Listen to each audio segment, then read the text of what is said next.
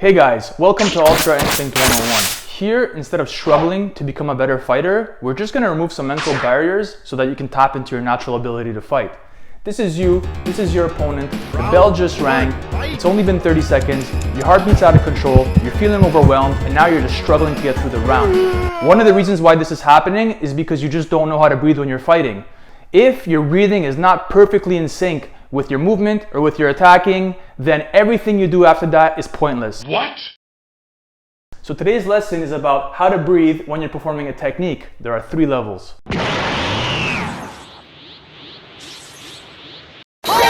Before we get into the breathing techniques and the 3 levels, first we have to understand that a fight is a sequence of exchanges, okay? When there's a lot of space between the fighters, maybe the ref gets in between, somebody gets knocked down or slips, or there's just an exchange and then there's a separation, well, in that very instant, you're disengaged. In that moment, you can relax and you can just breathe normally, okay? You don't want to be the guy who's tense with his hands up when he's on the other side of the ring. Hello? Okay?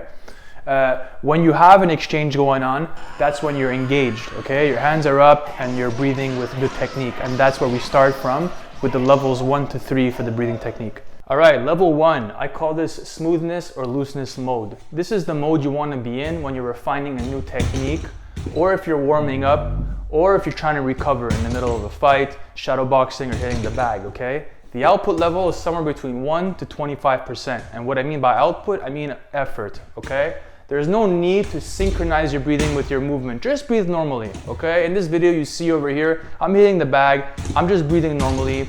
For every 2 to 3 punches is 1 breath. For every kick, it's 1 entire breath because, you know, a leg is a heavy limb, and to throw the entire limb, you need a whole breath, okay? In this little chart I drew here, you could see my breathing is constant, and also my effort level is constant, and they're relatively low. So in this mode, you just relax, you get through the entire round feeling the same way you did at the beginning, okay? It's just a very nice and smooth mode. All right, level 2, water mode. In this mode, you're going to have your perfect timing and your swift movement. Your energy output levels is going to be somewhere between 26 and 75%, which is sustainable for a fight. And under these conditions, you shouldn't ever have a situation where your heart gets out of control or you're feeling overwhelmed, okay? You're going to be able to be focused on what's going on in front of you, and everything's going to go just smoothly. Synchronization is a must in this mode, okay? You want to push out the air before you perform the move. So for every punch combination, about 1 to 4 punches, it's 1 breath of air, okay?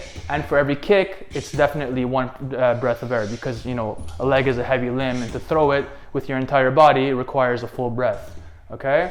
So you're definitely gonna want to make sure you push out the air before you perform these techniques and not after, because if you do it after, you're going to start to build an oxygen deficit that's going to catch up to you later in the fight, okay? So imagine an oxygen tank that you kind of open up a little bit and you let the air bleed out. And you're going to start to feel your stomach muscles contract a little bit as you do that, okay? And it's not a shh, like you're telling somebody to be quiet in a movie theater, okay? So as you can see in this video, I'm doing exactly that, and everything is perfectly in synchronization so that I can sustain it for the entire round. All right, level 3, fire mode. Everybody knows Bruce Lee's mantra, water can flow and water can crash. Well, this is the crashing part. It's all about attacking fiercely, okay? Energy output levels will be between 76 and 100%, which is not sustainable for the entire fight.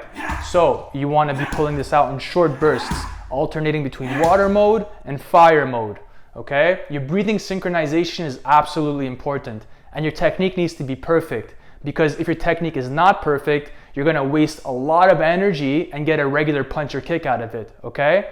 So make sure that you have the technique well refined, because as you can see here in this short time period, I'm pushing out all this air and I'm making all this effort. So if the technique doesn't come out right, well then that was a waste, okay?